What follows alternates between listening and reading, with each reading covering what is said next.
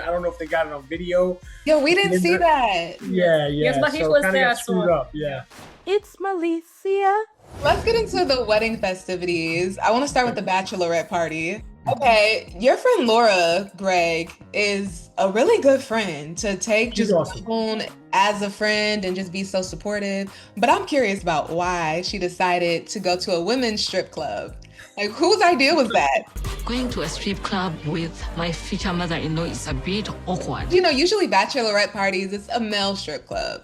Yeah. I honestly, I think it was Laura's idea. Because I did that in that scene. That was a genuine scene where I was like, "Yo, you guys going to like a male strip club?" Right. Like, I literally thought they were going to a male strip. That's what I figured. So, where are you going? Strip club? Yeah. You gonna have like schlongs swinging in your face? What are schlongs? What's that? It's a slang word for a penis. That's what I figured. And I was just like, "All right, well, have fun." And then and then she told me, she's like, "Oh no, we're going to see women." And I'm like, "What?" It was even my first time going to a strip club, so I didn't know what to expect. I've never been in any strip club, so I was like, it was a whole experience for me. I was just like, okay, so this is what happens in a strip club. So it didn't even matter if it was like a male strip club or a female. So I was just like really happy to see what really happens. Got it. You just wanted the experience. Greg, you both had so many of us in tears. Like, I've just seen a number of comments. This episode had me in tears. When you surprised Joan with the African food, the African dancers, and you made her really feel like she was at home in Uganda the night before your wedding. Greg nailed it. Overwhelmed. I don't know what to say. What inspired that idea? Talk to me about how you planned it and what made you say, I want to do this for my now wife.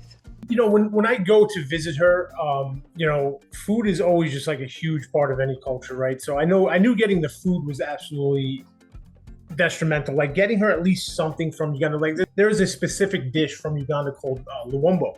So it's like roasted chicken, and then they stew it in these like banana leaves. Banana leaves. So trying to find that, I finally found somebody to do that, but they wanted like $5,000 just to do like one plate of it. It was like a crazy, and I forget what number. It was like $2,000, $5,000. So I was like, I can't do that. Like that's insanity. But trying to find Ugandan stuff for whatever reason in New York is extremely difficult. Like real authentic Ugandan. I tried and I just couldn't do it. So I settled. I was like, listen, this is just going to have to work. Finding the traditional Nigerian stuff was a little bit easier. What are these, Greg? How many questions are you asking? Sweet. Yeah. And it just worked with the timeline. I just knew it's huge to her. It really is. And I knew that just having that something from Africa, that African feel, that African vibe, I think she would love it. She's never left her country before. You know what I mean? Like this is the first, and she just, of all places, she came to Long Island. So doing that for her was just, it had to happen. You know what I mean? How did that feel, Joan? Like seeing you dance and just seeing you open up, and you're like, that's my man. I know that's my man. So I can't wait for us to get married tomorrow because I'm quite sure he's my man. Like him bringing in like the African vibes. Like if you see like African weddings, it's all about vibing, like getting together, like partying, eating. It's all about like family, friends, like having a good time. Always. And I think the general consensus too is like every African wants to come to America, right? And it's not true. Like our overall plan was for us to live there in Uganda. Like I would happily give all this stuff to live there with her. Like it's worth it to me. So it's not like she wants to be, not that she doesn't want to be here, but like we would have lived in her country. So what stopped you guys from living in Uganda? It's impossible for me to get a job there that's going to pay decent money for us to live like at least semi-comfortable. So here it's just, we both come here, we both find stable careers. Maybe we could retire there eventually, or even just travel back and forth. It's feasible. Yes, for me it's easier like to get like a job in Uganda, but for him it's really difficult. Also needs to be like having like university degree. Also you have to be having like have to specialize in something. So that's why Got it. All right. Well, also the pay. The pay is like for him, it's good for me. I will do anything for that in Uganda if it's paying me. But for him, the money I think is good for me. For him, it's like pennies. It's like, oh, that's not real money. So got it. fall into your eyes. Seeing her coming down the aisle, walking towards me with my dad, my heart is racing. Joan, you looked absolutely stunning on your wedding day. You look so beautiful. And you walking down the aisle, Greg, what was going through your mind as you watched Joan walk through those doors toward you? When I first saw her come through the doors with my dad and seeing her makeup, her dress, like I like literally time just stopped. Like she looked like, I mean, she's always beautiful. Don't get me wrong. Like every time I look at her, I tell her she's beautiful. But seeing her in that wedding dress, seeing all my friends and family around, I mean, I felt so bad for her. Like that ran through my head too. The fact that there was nobody there for her, like drove me insane.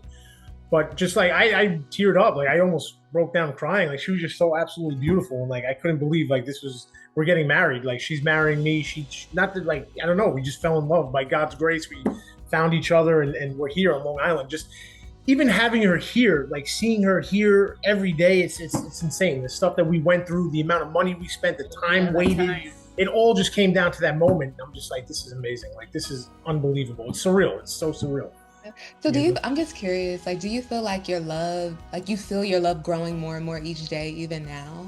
Yeah, but I feel like me and him, I don't even, sometimes I feel like we're not married because I feel like we've been married like for forever, like since we started dating, because I feel like it's the same thing, like he does the same thing, I do the same things for him, so it's still the same sparkle.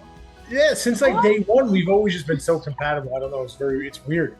Like, you know, the first time I went to go see her as a boyfriend and girlfriend, like, it was just so easy. I don't know. It was just like, I've known her forever. I feel like, I don't know, maybe we were married in a different life or something like that. I don't know. I really, I don't know. It's just been always so perfect. It really has. Like you said, God's grace is a real thing. Yes, yeah. Well, Joan, you had me in tears again with your vows. You said one line that really stuck with me. You said, "I wish this feeling on every girl." Gregory, I'm so proud of who you are. You are one person I know who would do anything to just put a smile on my face. You are hardworking, honest, loving, caring, intelligent. Loving you and you loving me back is the best feeling I would wish on every girl. Talk to me about those words in particular. What is that feeling you were describing? You know, Greg would do anything for me. He would do anything, like, I mean anything, like to just put even a smile on my face. He would just do everything. So I know every girl would just want to be like with a happy man, like a person that brings that joy to her, that happiness. So why not? So cry, man. You can make me cry. Man. So me knowing that he can do anything for me, like the ultimate sense of security. So now that the big day has passed, what is one moment each of you that you will cherish from your wedding day? Once again, just seeing her come down that aisle for the first time, I was so blown away. What about you, Joan? What's one memory you'll always share? For me, I have like two memories. Okay. Like the first one is like me when I was like saying my vows. I really liked. I was writing them, but I also liked my vows. She doesn't normally do that too. She's not good. Like not that she's not. She's a good writer, but she doesn't do that. You know. Yeah. So I also had like surprised. 3 pages. She doesn't do what? Like she's not as like vocal about like what? Doesn't do. Yeah, what? like I'm pretty poor. Like I've written her poetry before. I've written things. I'm good at writing. I can write letters and all these things. So she's obviously she'll fill out paperwork, whatever she has to do. But as far as like writing letters and writing stuff like that, she doesn't do that. You know. It's Bro, I was like, did you use ChatGPT? What did you do? I mean, you spoke from the heart. You know? Like I know you didn't, but like it was beautiful. This is the best day of my life, and I love the title I'm getting today.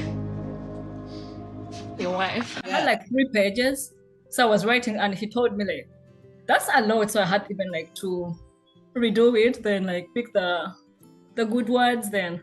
Yeah. It's not that it wasn't good or anything, because she did actually rehearse those to me.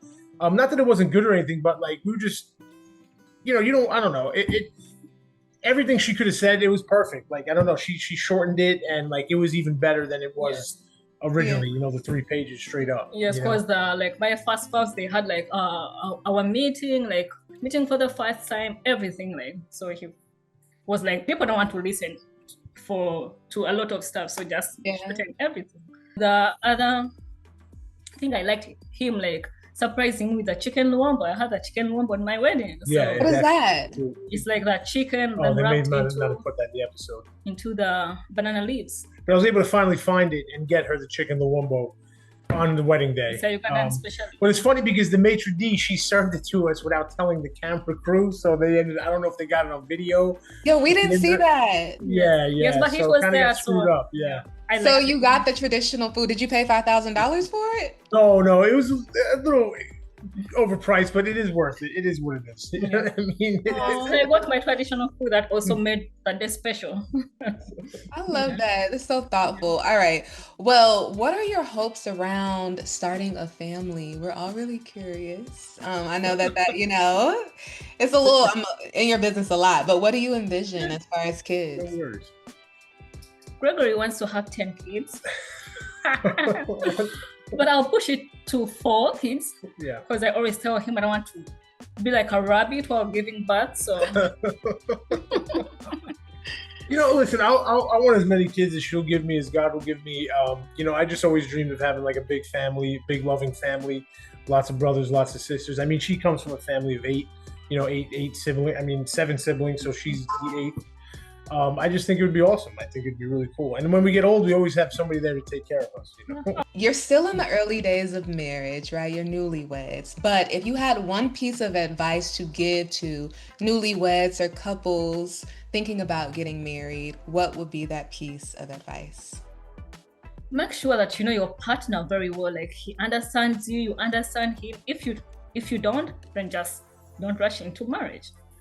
Yeah. Because me and him will really connect. I know he advises me, I advise him. So The best piece of advice I could give anybody in a relationship, marriage, anything is communication. I mean, you have to have those hard conversations. You have to have those easy conversations.